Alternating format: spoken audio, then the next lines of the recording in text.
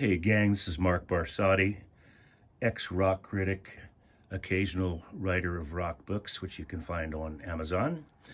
And tonight we're going to be listening to part one of an interview with guitarist, songwriter Vernon Reid from one of my favorite bands of the late 80s, early 90s, Living Colour, who I fully expected to go on to superstardom. But as Aristotle once so succinctly put it, shit happens. So they went away for a while after their 93 album, Stain, returned in 2003, and are still around. The last studio album so far was Stain, that came out in 2017, and it's excellent. So sit tight, Vernon will be right up. And a blast from the past.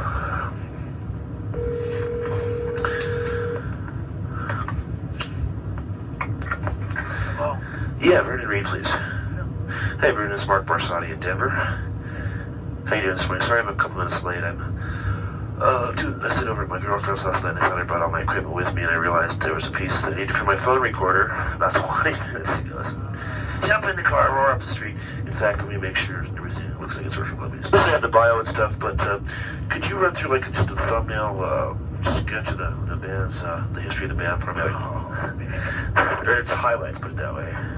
I'd like to get a little of that in your own words, in other words. Well, only question I have, right, is why? Why? I'm not gonna say anything any different. I understand. I understand from your perspective. It's tell the story 6 gazillion times. I just would like a little something in your. No, it's not that. It's just that. I don't know. Okay, well let's. The basics of the band are pretty. All right. Well, we'll skip up to something more contemporary. If you just want to touch on, I know this is ancient history for you by this point too, but Muzz leaving and Doug coming to join the band. Muzz leaving. Well, after doing a lot of struggling together, after doing 2 records, you signed in the band. Well, 3 of us starting the band. More of agreement than not about certain things. Was basically you wanted to approach things differently, and eventually it came to the point of view. How can I put it? Artistic. Neither of us would have been happy if we just buried the differences. It's like creative, artistic differences, that type of thing, or? Yeah, that's pretty much what it was. It always sounds like you could do it for something else, but that's really the bottom line. Okay, he was not particularly happy with the direction the band was going in, or? Well, it was like, it's more like, the way he just approached it. It was more basic than that, I think. It was like... What was the basic issue? Certain things he was hearing in terms of playing parts a certain way, or and it's no reflection on him as a bass player, because I think he's really cool. But for what we wanted to do, he was becoming, he had a certain conception of playing the bass. That's why I think musical differences. It really came down to that. Okay, and again, going from the bio, correct, because I know they're not always the right, but apparently Doug originally joined just as a temporary replacement to take care of dates and stuff. That's not, it was important that the band sort of have some kind of visibility. A lot of people, even with that, really thought that the band was broken up, or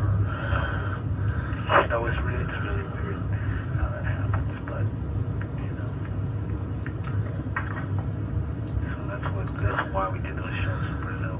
And then it just worked out so well that he was offered the slot permanently. Yeah. I mean, we audition people, but basically, that's what we want to do. Okay. Let's go ahead and jump on up and talk about Stain. To me, and I've been a fan of you guys from ever since Vivid, of course. This seems of your three epic albums, the most back to basics, pure hard rock attack without as much of the experimentation on Time Up or some of the more pop influenced songs that were on Vivid.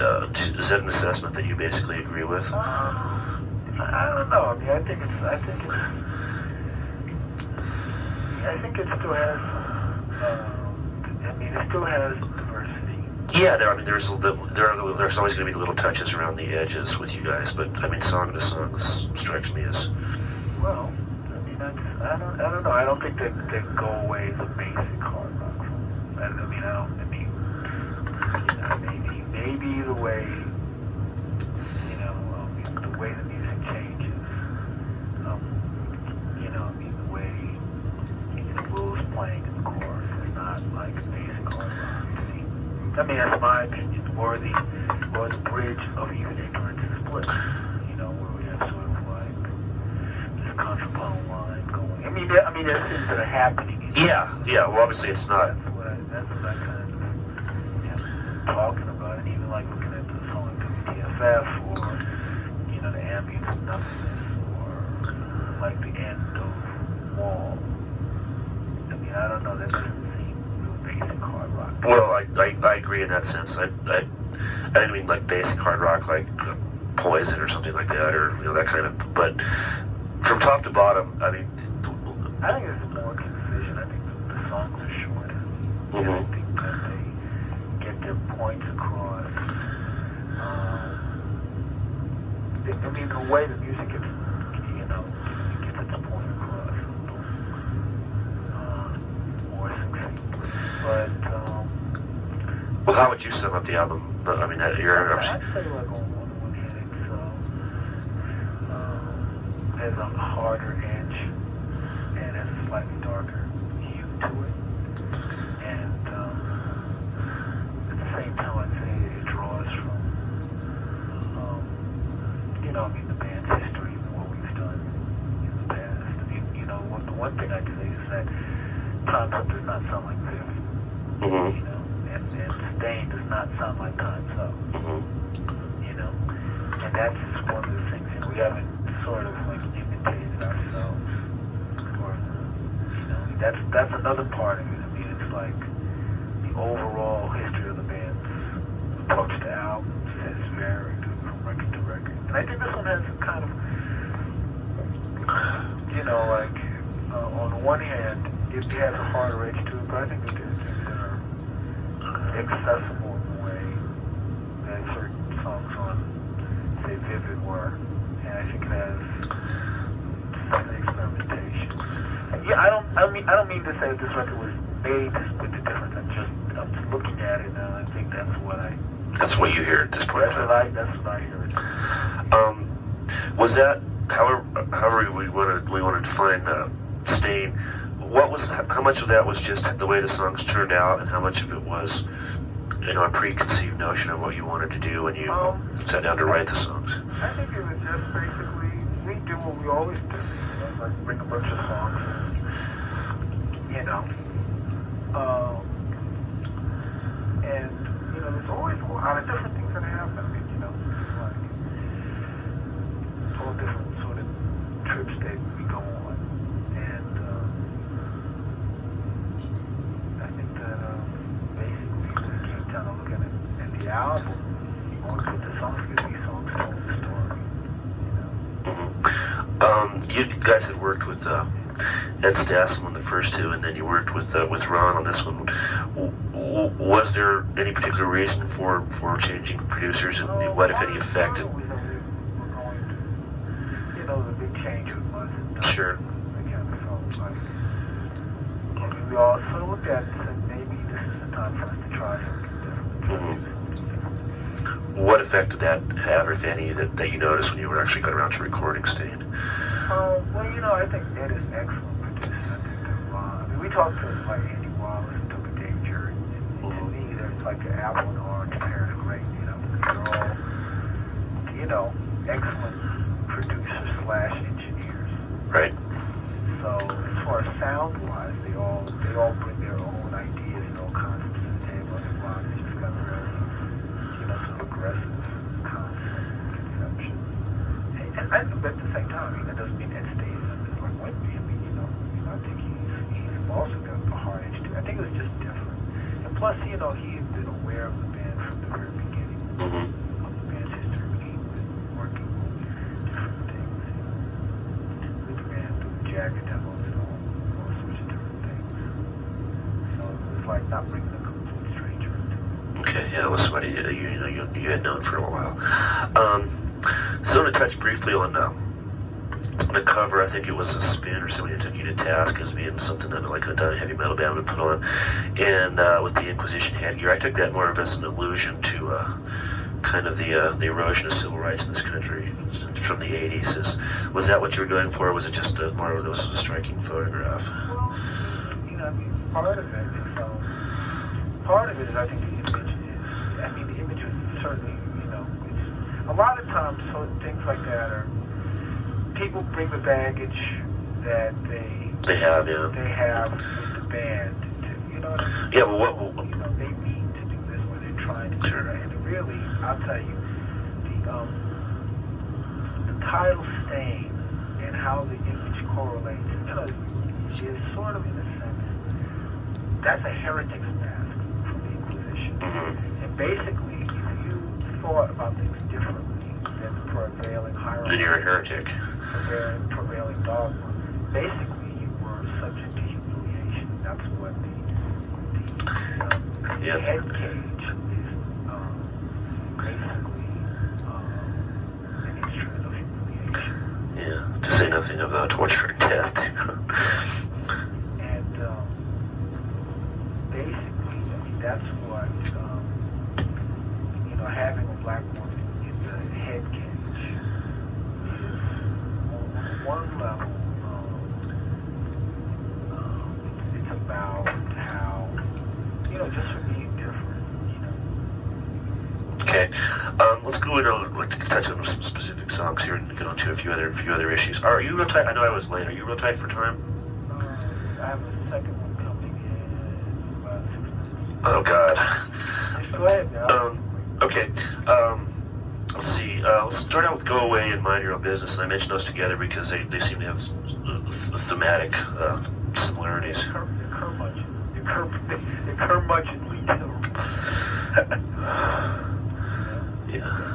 What were you guys going for on those as far as? Well, Go Away is about ambivalence, you know. I mean, it's about ambivalence in the face.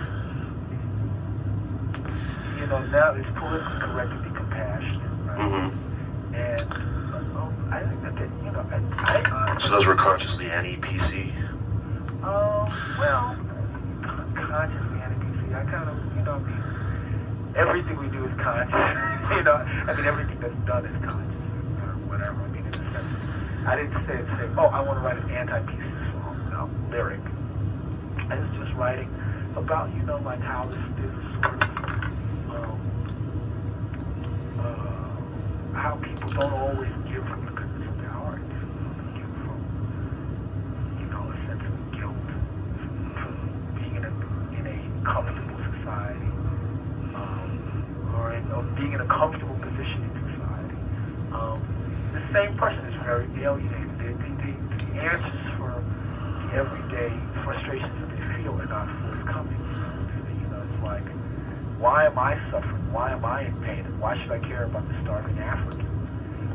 You know, and there are no real answers. And even his, you know, $20 to Live Aid didn't pay off his guilt, which keeps growing. You know, he wants the images to stop playing in his head, to stop dancing in front of his TV, but they won't. You know. Okay. Let's move on to something that's really appropriate today, since the jury's started deliberating this little pig. Well, this little pig is funny, you know. I mean, the song is actually not about the Los Angeles police, but the sample of Senator Bradley is sort of about, more about the feeling that was going on at the time when the song was written.